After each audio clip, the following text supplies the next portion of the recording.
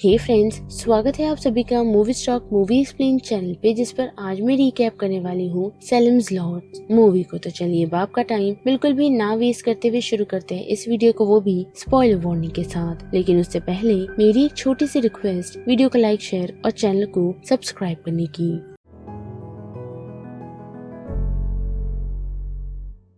Film की शुरुआत हमें एक स्मॉल अमेरिकन टाउन जेरूसलम्स लॉट से दिखाया जाता है और साथ ही हम एक एंटीक शॉप ओनर को यानी कि रिचर्ड स्टैकर को देख पाते हैं, जिसकी मुलाकात मिस्टर स्नो से हुई है, जिसे वो अपनी शॉप में बुलाता है ताकि वो उनकी जॉब के कुछ इम्पोर्टेंट पार्ट को डिस्कस कर सके। और बात करें मिस्टर स्टैकर की, तो वो हाल फिलहाल में लंदन से इस टाउन में शिफ्ट हुए हैं और जैसे कि मैंने कहा ही कि उन्हें मिस्टर स्नो से कुछ इम्पोर्टेंट बात करनी थी, तो वो अपनी उस शख्स को बताते हैं कि उनके घर पर एक फर्नीचर आने वाला है, जिस वजह से ही वो मिस्टर स्नो को हायर करते हैं ताकि वो उस फर्नीचर को उनके घर तक ट्रांसपोर्ट कर सके, वो भी उनके नए घर मार्स्टन हाउस में। साथ ही स्टैकर ने मिस्टर स्नो को इस बात के लिए भी वार्न किया है कि उनका सामान काफी हैवी होने वाला है, साथ ही वो काफी वैल्यूएबल भी है, तो वो लोग उस पर एक्स्ट्रा अटेंशन रखे, जिस वजह से उसने मिस्टर स्नो को काफी अच्छे पैसे भी दिए हैं। और हम देख पाते हैं कि मिस्टर स्नो उस काम को करने के लिए अग्री कर जाते हैं और जिस रात उन्हें पैकेज मिलता है, तो वो अपने एसोसिएट हार्ट के साथ मिलकर मार्स्टन के घर जाने का डिसाइड करते हैं। लेकिन घर के पास पहुंचते ही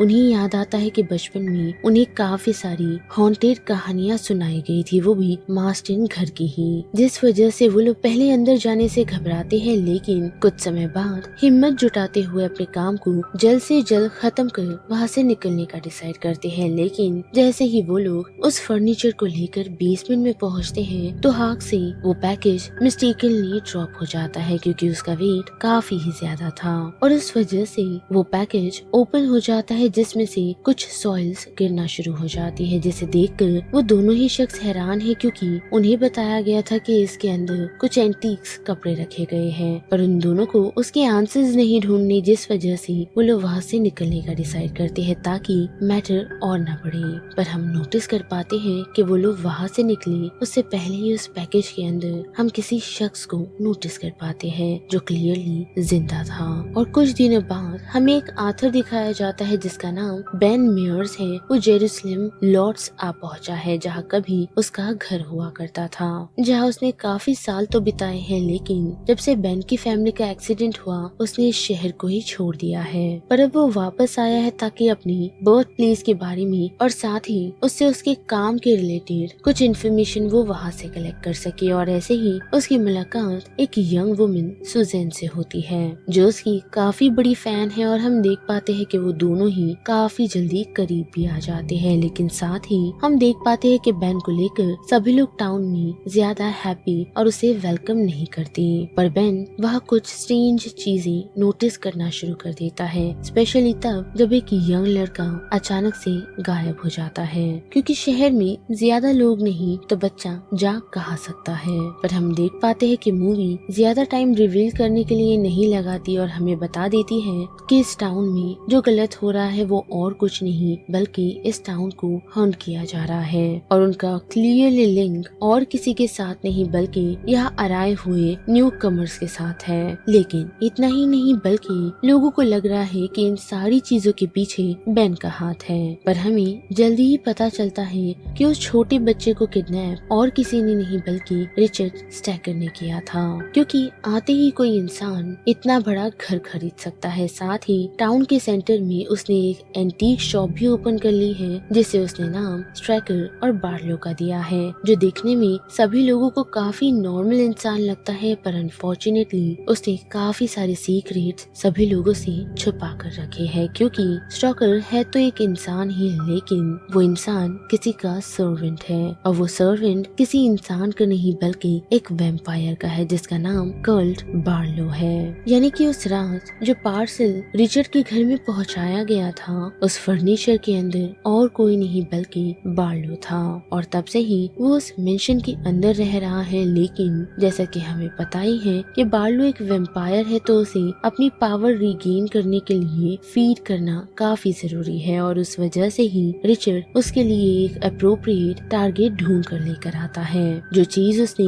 तभी ही नोटिस कर ली थी जब उसने 3 लड़कों को रोड पर देखा था, जो रेल्फी, डैनी और मार्क थे। और उसी दौरान उसने ये डिसीजन बना लिया था कि उनमें से ही किसी एक को वो किडनैप करेगा। और घर लौटते हुए उसने रेल्फी को किडनैप किया, जिसे वो अपने साथ सीधा अपनी मार्स्टन हाउस ले गया, जहाँ न सिर्फ उस बच्चे को मारा गया बल्कि बार्लो ने उसे खा भी लिया। जिसके बाद जैसे ही वेम्पायर ने अपनी पूरी पावर को गेन कर लिया था, वो भी उस छोटे बच्चे को कंज्यूम करने के बाद, तो वो फिर से अपनी हंट पर निकल चुका था ताकि वो जेरूसलम लॉट में अपना रियल टेरर फैला सके, जिसमें वो सबसे पहले शिकार बनाता है रेल्फी के बड़े भाई डैनी को, जिसे वो बेवकूफ बनाते हुए रेल्फी की आवाज में घर से बाहर निकलने में कामयाब होता है। लेकिन उस पर उसने अटैक तो कर दिया है पर उसे मारा नहीं, क्योंकि सेलिम्स लॉट में जिस भी ह्यूमन को वेम्पायर बाइट करते हैं वो वेम्पायर में टर्न हो जाते हैं और साथ ही बार्लो के सर्वेंट भी बन जाते हैं। और ऐसे ही हम देख पाते हैं कि डैनी जो अब पूरी तरह वेम्पायर में बदल चुका है, वो उस प्रीस्ट पर भी अटैक कर देता है जो माइक को असिस्ट कर रहा था। और ऐसे ही देखते टाउन में मौजूद ऑलमोस्ट सभी लोग वेम्पायर में टर्न हो जाते हैं। पर इतना ही नहीं बल्कि हमें ये भी पता चलता है कि वो ह्यूमंस कंट्रोल भी किए जा सकते हैं, लेकिन सिर्फ बालों के द्वारा, जो चीज वो स्टार्ट में स्नो के साथ करने की कोशिश कर रहा था, लेकिन उसके ड्राइवर के बुलाने के कारण उसका संतुलन खो गया और वो वहाँ से बचकर निकलने में कामयाब हुआ। साथ ही हमें ये भी पता चलता है कि उन वेम्पायर्स को मारने का और उनसे फाइट करने का सबसे ज्यादा इफेक्टिव वेपन और कुछ नहीं बल्कि क्रॉस है। साथ ही जब इस बात की कंफर्मेशन हो जाती है कि टाउन में अजीब तरीके की बीमारियां फैल रही है, जिससे ऐसा लगता है कि लोगों की बॉडी में खून नहीं, पर जैसे ही उन्हें मॉर्ग में डाला जाता है, उन्हें मृत घोषित करने के बाद, तो उनकी डेड बॉडी उस मॉर्ग से भी गायब हो जाती है, जो इस बात की पुष्टि करता है कि वेम्पायर ये सारी चीजें कर रहा है, ना कि किसी इंसान को किसी तरह की मेडिकल कंडीशन है। साथ ही बेन इस बात को भी कोट करता है कि उन लोगों को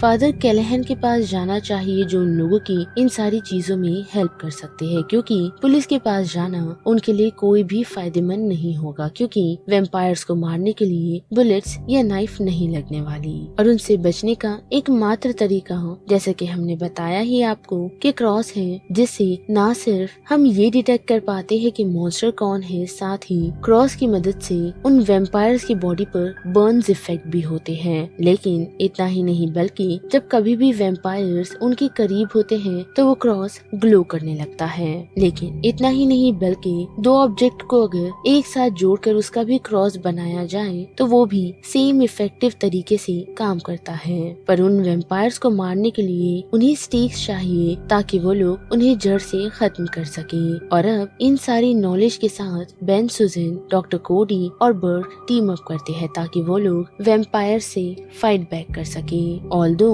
हम देख भी पाते हैं कि उन वेम्पायर्स ने ऑलमोस्ट पूरे टाउन को ट्रांसफॉर्म कर दिया है। और अब जबकि एडल्ट्स इस जर्नी पर निकले हुए थे इस बात की कंफर्मेशन के लिए कि सच में जेरूसलम लॉट में वेम्पायर्स मौजूद है या नहीं, तो वही हम छोटे बच्चे मार्क को देख पाते हैं जो इसी सेम पाथ पर निकला हुआ है। लेकिन वो बिल्कुल अकेला है, पर उसे बिल्कुल भी कमजोर ना समझना, क्योंकि वो बच्चा ना सिर्फ हॉरर मूवीज देखता है बल्कि वो काफी ब्रेव भी है। क्योंकि स्कूल में हम देख पाते हैं कि जब कुछ बच्चे उसे बुली करने की कोशिश करते हैं तो वो उनसे काफी अच्छे से फाइट बैक करता है, जिस वजह से उसने काफी अच्छी दोस्ती रेल्फी और डैनी से बना ली थी। क्योंकि हाल ही में मार्क इस टाउन में शिफ्ट हुआ था और उसकी दोस्ती उन दोनों लड़कों से ही हुई थी जो उसे वेलकमिंग फील करवाते थे। और जैसे ही रेल्फी गायब हुआ और उसके बाद डैनी की डेथ हो गई तो तब से ही मार्क ने ये सेंस कर लिया था कि कुछ तो गलत है, जिस बात की कंफर्मेशन उसे तब हुई जब उसने डैनी के गोश्त को उसके विंडो के बाहर देखा, जिसे उसने अपना दोस्त समझ घर के अंदर आने की इजाजत दी तो डैनी उस पर अटैक कर देता है। पर फॉर्चुनेटली मार्क उससे बचने में में कामयाब होता है, वो भी उसके रूम में लगे हुए पोस्टर्स में कुछ क्रॉस की मदद से, जिसके बाद से ही उसने उन वैम्पायर्स पर रिसर्च करना स्टार्ट की ताकि वो उन्हें रोक सके। और इसी बात में उसकी मुलाकात एडल्ट से हो जाती है, यानी कि उन सभी एडल्ट लोगों से जो वैम्पायर्स की ही तलाश में उन्हें खत्म करने के लिए निकले हुए हैं। जिस वजह से वो सभी मिलकर मार्स्टिन हाउस पहुंचते हैं, जहां उन लोगों को बार्लो की आवाज आती है जो उन्हें थ्रेटन कर रहा है। साथ ही मार्क यहाँ से जाना नहीं चाहता क्योंकि उसे बार्लो से अपना बदला चाहिए, जिसने उसके पेरेंट्स को उसके सामने ही खत्म कर दिया। जिस सिचुएशन से वो बच निकलने में कामयाब हुआ, पर उसे बचाने के चक्कर में फादर कैलहैन अपनी जान गंवा बैठे और उस कारण वो बच्चा काफी ही दुखी था, लेकिन फिर भी उसने अपनी करेज नहीं छोड़ी और उसे वैम्पायर का सामना करना है ताकि वो अपने पेरेंट्स का बदला उससे ले सके। पर मार्क सिर्फ इतनी ही चीजों तक नहीं रुका, बल्कि उसने स्टैकर को भी खत्म कर दिया है, वो भी तब जब वो मार्स्टन के घर तहकीकात करने के लिए पहुंचा था, जहाँ उसे कैप्टिव कर लिया गया था, यानी कि कैप्चर कर लिया गया था। पर वो उस सिचुएशन से निकलने में कामयाब हुआ और साथ ही उसने स्टैकर को भी खत्म कर दिया, जिसके बाद वो सीधा चर्च लौटा ताकि वो अपनी फाइट को कंटिन्यू रख सके। और वहीं उसकी मुलाकात बाकी लोगों से हुई जो उसके साथ इस जर्नी पर निकल पड़े। और जर्नी पर निकलते ही मार्क की सबसे पहला एनकाउंटर उसके दोस्त डैनी से होता है, जिसे भी वो खत्म कर देता है, ये बताते हुए कि उसने उसे इन सारे पेन से आजाद कर दिया है। और अब बड़ी बेन और सुजैन की दोस्ती की तरफ जो काफी रोमांटिक हो चुकी थी। पर जैसे कि शहर वालों को बेन पसंद नहीं था, साथ ही सुजैन की मॉम को भी वो ज्यादा पसंद नहीं था क्योंकि वो आउटसाइडर है और उसे अब ऐसा लग रहा है कि सुजैन उसे छोड़कर ना चली जाए, क्योंकि सुजैन पहले बोस्टन में रहा करती थी और वो कुछ साल पहले ही अपने फादर की तबीयत खराब होने के कारण इस टाउन में वापस शिफ्ट हुई थी।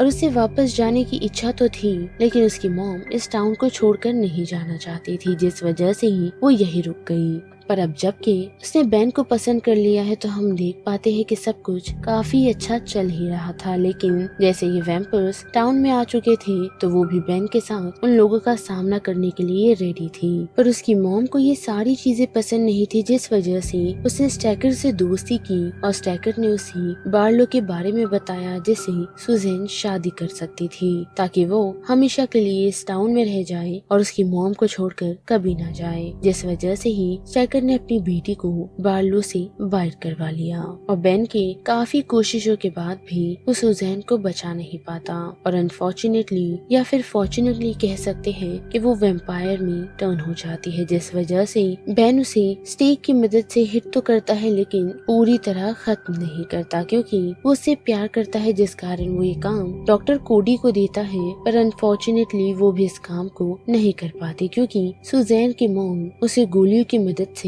खत्म कर देती है, जिसके बाद ना चाहते हुए भी बेन सुजैन से फाइट करते हुए उसे खुद स्टेक की मदद से खत्म कर देता है। और फाइनली मूवी के एंड में हम देख पाते हैं कि सिर्फ बेन और मार्क ही इस पूरे टाउन में इंसान बचे हुए हैं, लेकिन सुजैन की इविल मदर भी उनके साथ है जो उन पर फायर करती जा रही है, क्योंकि स्टैकर की मौत के बाद बार्लो ने उसे अपना सर्वेंट बना लिया है। तो अब उसे मार्क की भी जरूरत नहीं, जिस वजह से वो उसे भी खत्म करना चाहता है। लेकिन हम देख पाते हैं कि मार्क काफी ही इंटेलिजेंट है जो काफी बड़ी स्क्रीन को ड्राइविंग थिएटर से गिरा देता है, जिस वजह से सेटिंग सन की जो लाइट उन तक नहीं पहुंच रही होती वो सभी वैम्पायर्स तक पहुंच जाती है, जिस वजह से ऑलमोस्ट शहर के सभी वैम्पायर्स खत्म हो जाते हैं। जिसके बाद मार्क और बेन मिलकर बार्लो को ढूंढकर उसे खत्म करने का डिसाइड करते हैं, लेकिन तब तक पूरा सनसेट हो जाता है और अनफॉर्चुनेटली वो लोग ऐसा